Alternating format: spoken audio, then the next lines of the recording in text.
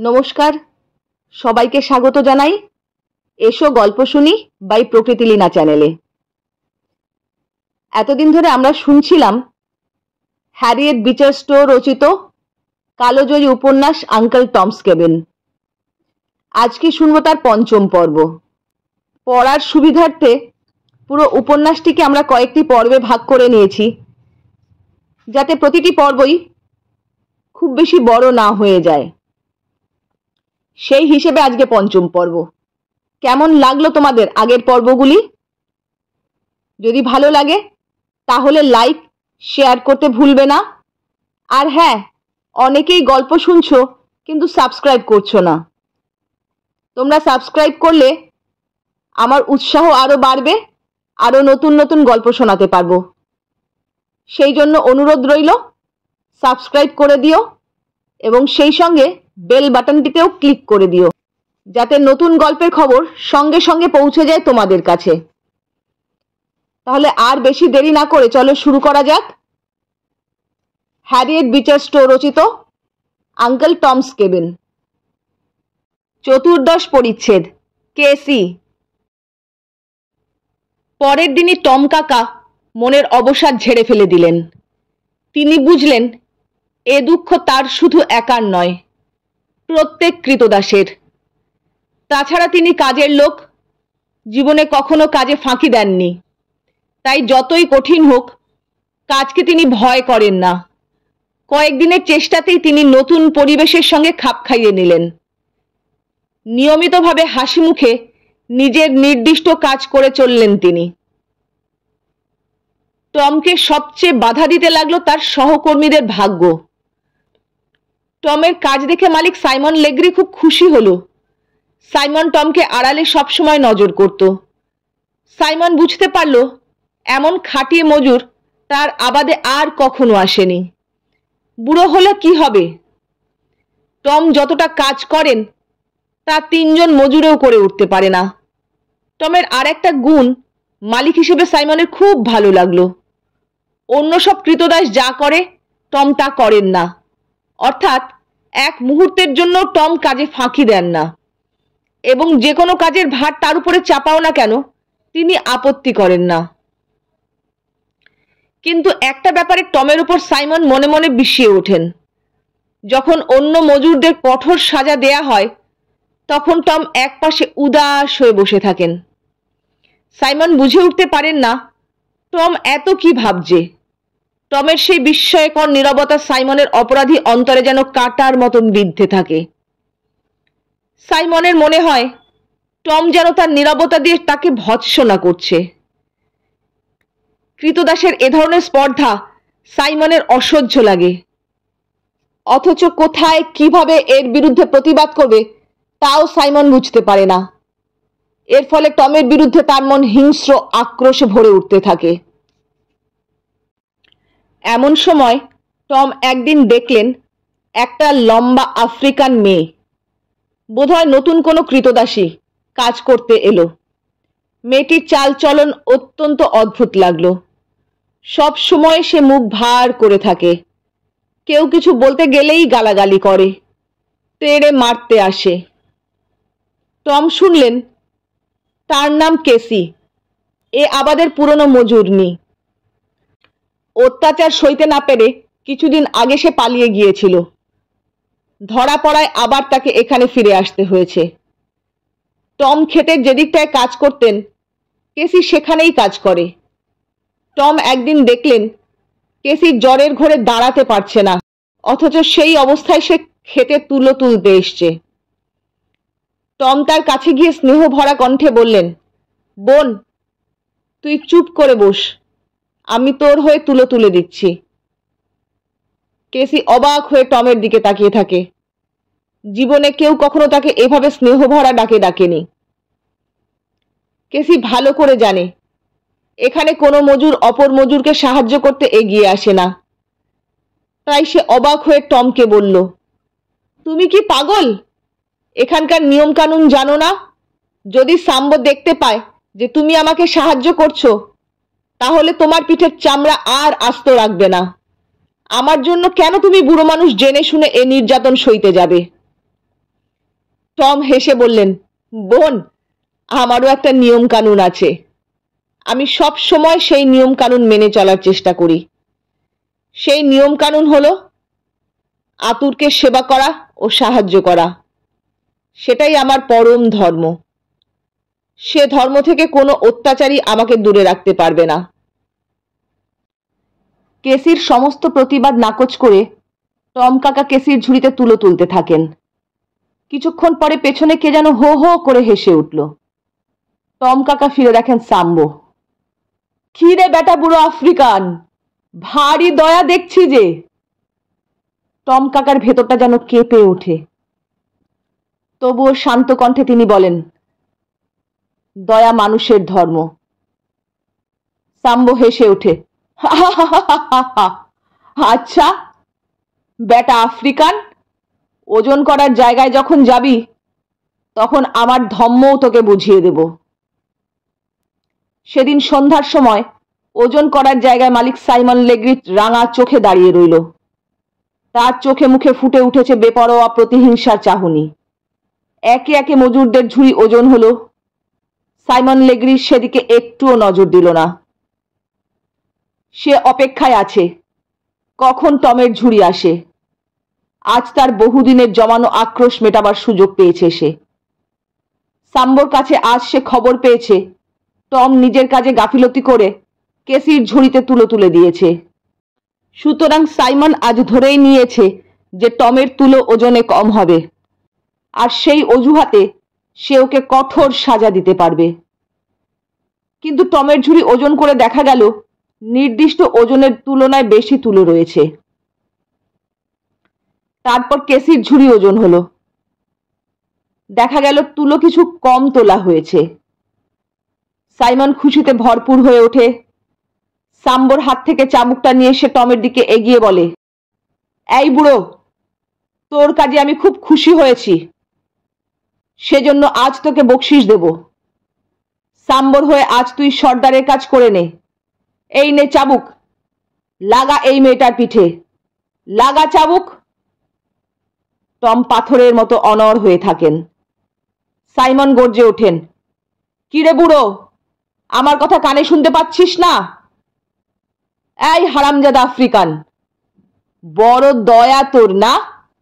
আচ্ছা, আজ তোর সব দয়া নিংড়ে বার করে ফেলবো। নে, লাগা চাবুক এই মেয়েটার পিঠে।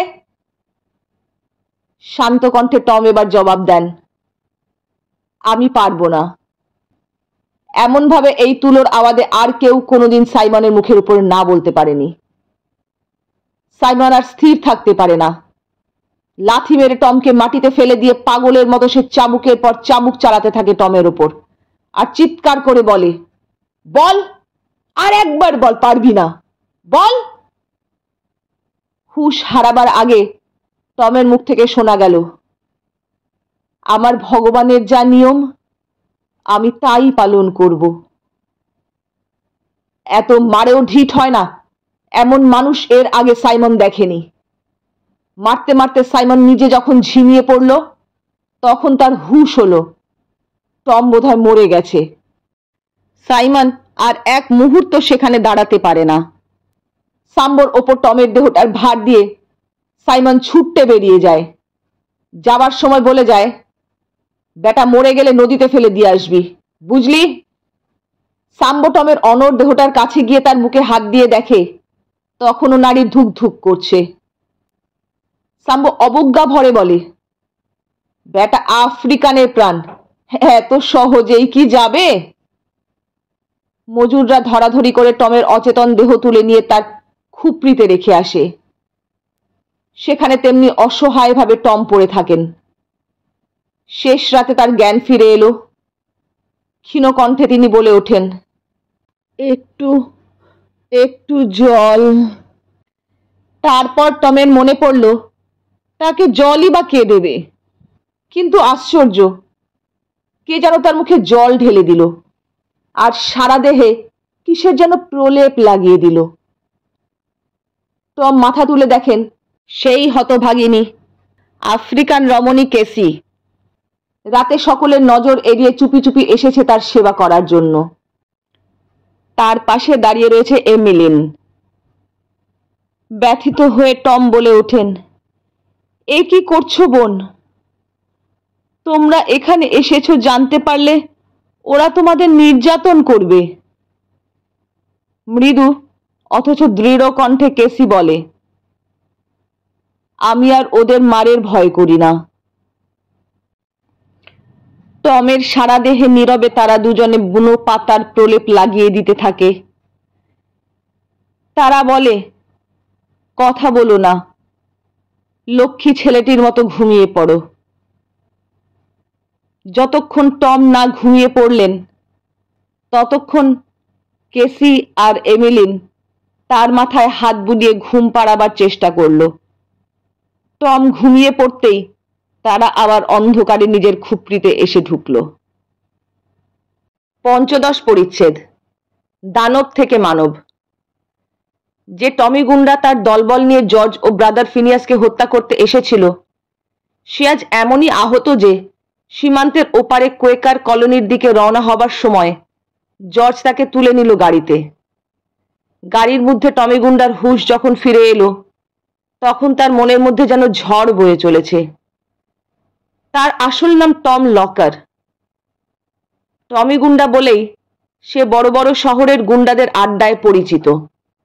জীবনে এমন কোনো নীচ কাজ নেই যা সে করেনি।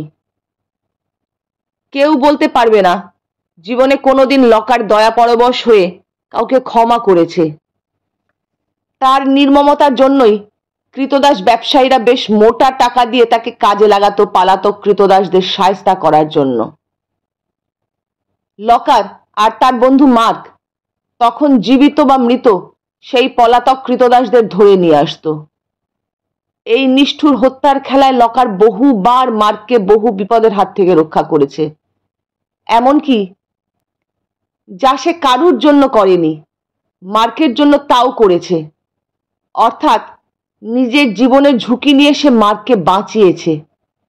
কিন্তু আজ সেই মার্ক কিনা তাকে মারাত্মকভাবে আহত দেখে একলা ফেলে পালিয়ে গেল, আর তাকে বাঁচালো সেই পলাতক কৃতদাস যাকে সে হত্যা করবার জন্য মরিয়া হয়েছিল। এসব কথা ভাবতে ভাবতে লকারের মাথাটা গরম হয়ে উঠল। মনে মনে সে একটা দিব্যি দিয়ে বলল, এবার যদি বেঁচে ফিরতে পারি তাহলে মার্ককে আমি দেখে নেব। এদিকে জর্জ আর ব্রাদার ফিনিয়াস এসে প্রায় লকারের খবর নেন। লকারের কোনো যন্ত্রণা হলে তারা উপশমের চেষ্টা করেন। তারা আশ্বাস দেন কলোনিতে একবার গিয়ে পৌঁছুলেই আর কোনো ভয় নেই। সেখানে ভালো ডাক্তার, নার্স, ওষুধ সবই পাওয়া যাবে। কলোনিতে যখন তারা এসে পৌঁছল তখন ক্ষতস্থানের যন্ত্রণায় লকার রীতিমতো কষ্ট পাচ্ছে। তাড়াতাড়ি তাকে নামিয়ে একটা ঘরে পরিষ্কার নরম বিছানায় তাকে শুইয়ে দেওয়া হলো। যন্ত্রণায় লকার তার অভ্যাস মতো চেঁচিয়ে উঠল, ওরে এই পাজির দল, আমি আর পারছি না, আমাকে মেরে ফেল, শিগগির মেরে ফেল। কুমারী ডোরকাস নার্সের পোশাক পরে তখনই লকারের চিকিৎসার ব্যবস্থা করলেন। যন্ত্রণার ঘোরে লকার তাকেও অকথ্য গালাগালি দিতে থাকে। চিকিৎসার গুণে পরের দিন লকার যখন একটু সুস্থ হয়ে উঠল তখন সে চোখ চেয়ে দেখে কুমারী ডোরকাস তার শিয়রে দাঁড়িয়ে আছেন।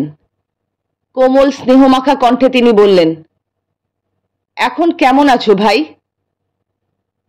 লকারের মনের মধ্যে আবার সেই ঝড় ওঠে। এবার যেন সে ঝড় তার ভেতরটা একেবারে ওলট পালট করে দেয়। কথা বলতে গেলেই তার গলায় কি যেন আটকে যায়।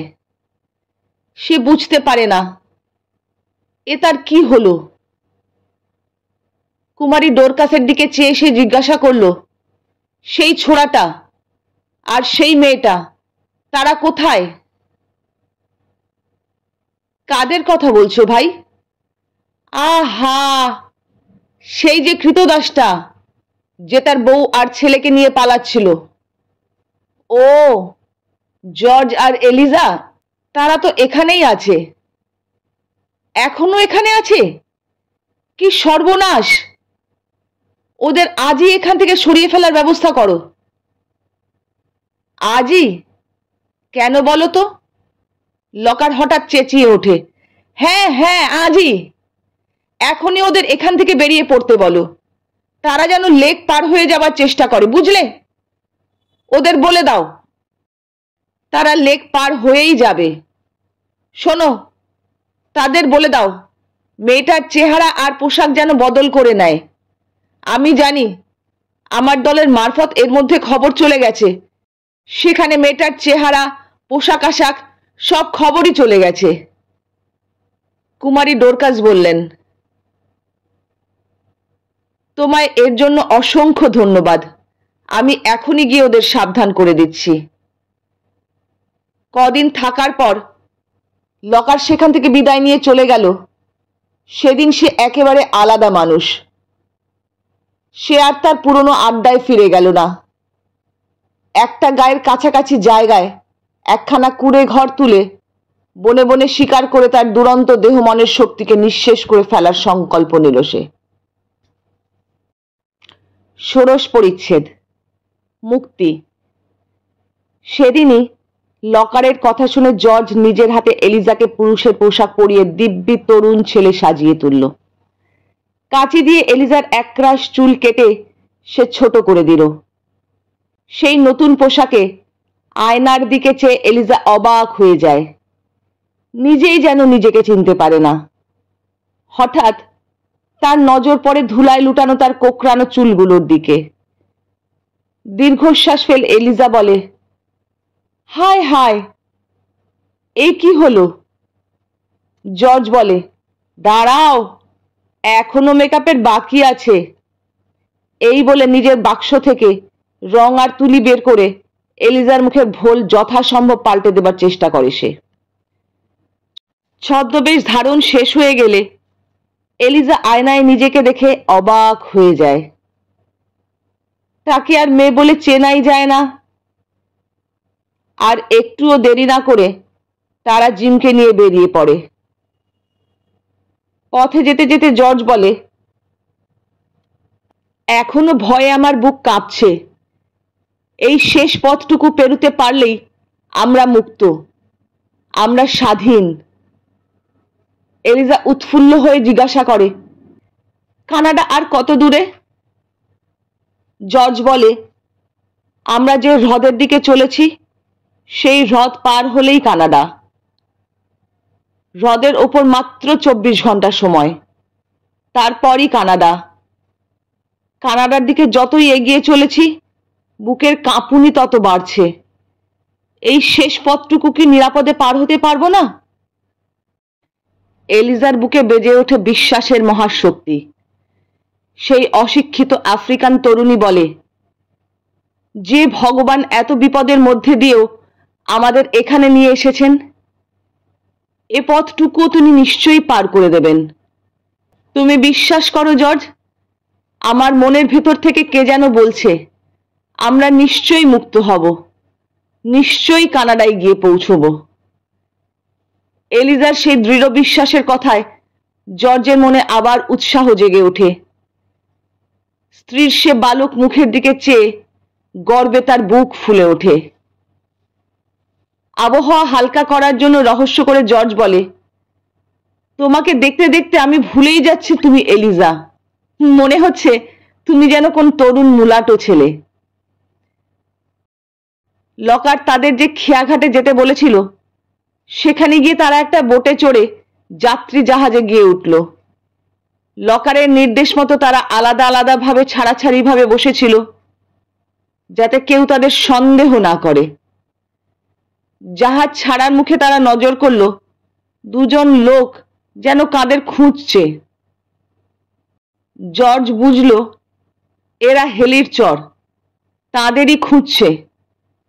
জর্জের পাশ দিয়ে যেতে যেতে তারা বলা বলি করছিল, না, এ জাহাজেও তারা নেই, চলো নেমে পড়ি।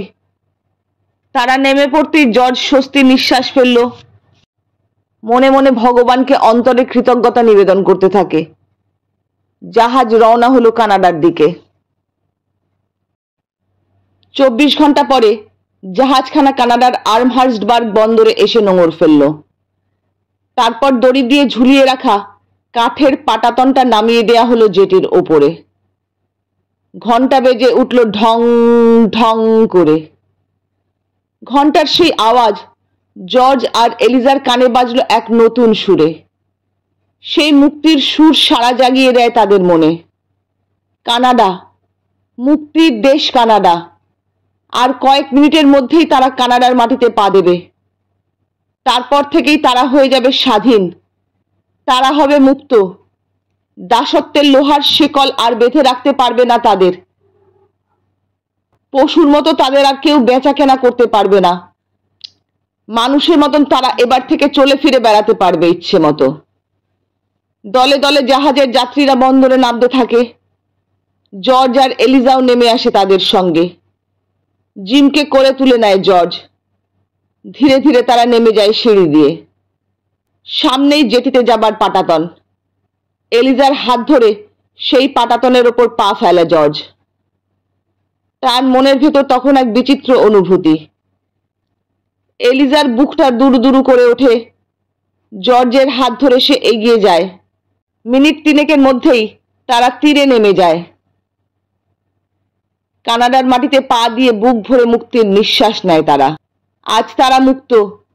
চিরদাসত্বের বন্ধন থেকে আজ তারা মুক্তি পেয়েছে। তাদের সামনে আজ থেকে এক উজ্জ্বল ভবিষ্যৎ। আনন্দে এলিজার চোখ দিয়ে জল গড়িয়ে পড়ে। স্ত্রীর চোখে জল দেখে জর্জ ধরা গলায় বলে, কেঁদো না এলিজা, এসো আমরা ভগবানের কাছে প্রার্থনা জানাই। সপ্তদশ পরিচ্ছেদ। নতুন আলো। কদিন চুপচাপ শুয়ে থাকার ফলে টম কাকার দেহের ক্ষতস্থানগুলো একটু একটু করে শুকিয়ে এলো। গায়ের ব্যথাও অনেকটা কমে এলো। কিন্তু তখনও তিনি উঠে দাঁড়াতে পারেন না। সাইমন রোজ বলে পাঠায়, আর অসুখের ভান করে শুয়ে থাকা চলবে না, আজই কাজে বেরোতে হবে। দিনে 10 বার করে এসে সাম্বো উত্ত্যক্ত করে। অবশেষে টমের খাবার বন্ধ করে দেওয়ার ব্যবস্থা করে সাইমন। কেউ প্রতিবাদ করে না। প্রতিবাদ করার সাহসই নেই এসব কৃতদাসদের। তাছাড়া প্রত্যেকে নির্যাতিত হতে হতে অপরের নির্যাতন সম্বন্ধে এরা উদাসীন হয়ে গেছে। কেউ কারো খোঁজ নেয় না, এবং খোঁজ নেওয়াটাও তুলোর বাগানের আইন বিরোধী কাজ। ইচ্ছে না থাকলেও দুর্বল দেহ নিয়ে টম কাকাকে খেতে যেতে হয়। সারাদিন রোদে পুড়ে হাড় ভাঙা পরিশ্রম করতে হয় তাকে। সন্ধ্যাবেলায় যখন ঝুপড়িতে ফিরে আসেন তিনি, তখন আর তার গম পেশার ক্ষমতা থাকে না। কোনো কোনো দিন বাসি রুটি যা পড়ে থাকে, টম তাই 2-3 কামড় খেয়ে শুয়ে পড়েন। সাইমন আড়াল থেকে টমকে সব সময় নজরে রাখে। আজ পর্যন্ত তার আবাদে যত কৃতদাস এসেছে, চাবুকের ডগায় সাইমন তাদের সমস্ত ব্যক্তিত্ব, সমস্ত প্রতিরোধ শক্তিকে ভেঙে চুরমার করে দিয়েছে। একমাত্র এই বুড়ো আফ্রিকানটাই শুধু নীরবে তার সমস্ত অত্যাচার তুচ্ছ করে নিজের ব্যক্তিত্ব বজায় রেখে চলেছে। টমের এ স্পর্ধা সাইমন সইতে পারে না। তার মনে হয় দিন দিন যেন এই নির্বাক লোকটার কাছে সে হেরে যাচ্ছে। যতই তার মনে সে কথা জেগে ওঠে, ততই সে নানা কায়দায় টমের ওপর অত্যাচার চালায়। সামান্য আছিলায় তার খাবার বন্ধ করে দেয় সে, কিন্তু কিছুতেই টমের মুখে কথা ফোটাতে পারে না সে। এভাবে দিন দিন অত্যাচার আর নির্যাতনের ফলে টমের শরীর আর সেই সঙ্গে তার মনও ভেঙে পড়তে লাগলো। চারিদিকের ভয়াবহ বিভৎসতা আর নিরানন্দের মাঝে তিনি তার মনের বিশ্বাস যেন হারিয়ে ফেলতে বসেছেন। সে কথা যখনই মনে হয়, তখনই তার চোখে জল ভরে আসে। আগে আগে কাজ থেকে ফিরে এসে রুটি তৈরি করার সময় শুকনো পাতার আগুনে তিনি বাইবেলটা খুলে অন্তত 1টা কি 2টো পরিচ্ছেদ পড়তেন। কিন্তু এখন যেন সে শক্তিও তার চলে গেছে। সেদিন রুটি তৈরি করতে বসে তার মনে এক নিদারুণ প্রশ্ন জেগে উঠল, তবে কি আমার মন থেকে ভগবান বিশ্বাস চলে গেছে? এ কথা মনে হতেই তিনি তাড়াতাড়ি ছেঁড়া ময়লা বাইবেলখানা চালের ভেতর থেকে বের করে আনেন। কিন্তু পড়তে গিয়ে দেখেন সারা শরীর কাঁপছে, চোখের সামনে সব ঝাপসা। দুঃখে বেদনায় তিনি বাইবেল বন্ধ করে দীর্ঘশ্বাস ফেলে বললেন, হা যিশু, তুমিও কি শেষে আমায় ছেড়ে গেলে? এমন সময় অন্ধকারে কে যেন হেসে উঠল। টম মাথা তুলে দেখেন দরজার বাইরে দাঁড়িয়ে মালিক সাইমন হাসছে। সাইমন ব্যঙ্গ করে বলে, কি হলো টম, তোর যিশু বুঝি আর তোকে খোরাক জোগাচ্ছে না? দাঁতে দাঁত দিয়ে টম চুপ করে থাকেন। সাইমন বলে, এই শেষবার তোকে বলছি টম, আমার কথা শোন। নিজের ভালো এরকম করে পায়ে মারিয়ে চুরমার করে দিস নে। এমন সুযোগ তুই আর পাবি না। তুই কাজের লোক, আমার কথা যদি শুনিস কাল থেকেই তোকে সর্দার করে দেব। তোর ভাবনা কি? সাম্বো কুইম্বো যেরকম আরামে থাকে তুই তাদের চেয়েও বেশি আরামে থাকবি। কি বলিস? আমার কথা শুনবি তো? দেখিস তো যিশু তোর কিছুই করলো না। টম যেন সেই মুহূর্তে অন্তরের ভেতর থেকে কিসের সাড়া পেলেন। নির্ভীক শান্ত কণ্ঠে তিনি বললেন, যিশু আমাকে সাহায্য করুন আর নাই করুন, আমি তাকে ছাড়া আর কাউকে জানি না। তিনি আমাকে ছাড়লেও আমি তাকে ছাড়ব না। বাঘের মতন সাইমনের চোখ জ্বলে ওঠে। উত্তপ্ত কণ্ঠে সে বলে ওঠে, বটে রে বেটা, শয়তান আফ্রিকান। বেশ, দেখি তোর যিশু তোকে বাঁচায় কি করে। রাগে গড়গড় করতে করতে সাইমন চলে যায়। টম স্পষ্ট বুঝতে পারেন কাল থেকে তার উপর নির্যাতন নতুন করে শুরু হবে। কিন্তু তবুও তার মনে ভয় নেই। প্রভু যিশুর চরণে তিনি নিজেকে সঁপে দিয়েছেন।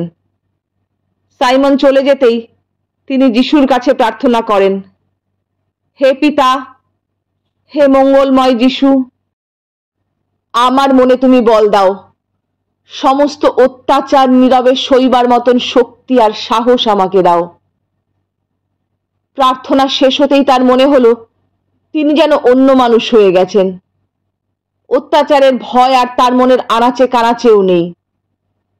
তার চোখের সামনে স্পষ্ট হয়ে ফুটে উঠল কাটার মুকুট পরা ক্রুশে বিদ্ধ যিশুর হাস্য মধুর মুখ। এমন হাসি, এমন ক্ষমা, এমন আনন্দ তিনি জীবনে দেখেননি। সে অনিন্দ সুন্দর দিব্য মুখের দিকে চেয়ে থাকতে থাকতে স্পষ্ট তিনি যেন শুনতে পেলেন, বৎস, দুঃখ সহ্য করো, দুঃখে কাতর হইও না। চেয়ে দেখো, আমি সারা দেহে বয়ে বেড়াচ্ছি মানুষের হাতে পাওয়া অপার বেদনা আর নির্মম নির্যাতনের ক্ষতচিহ্ন।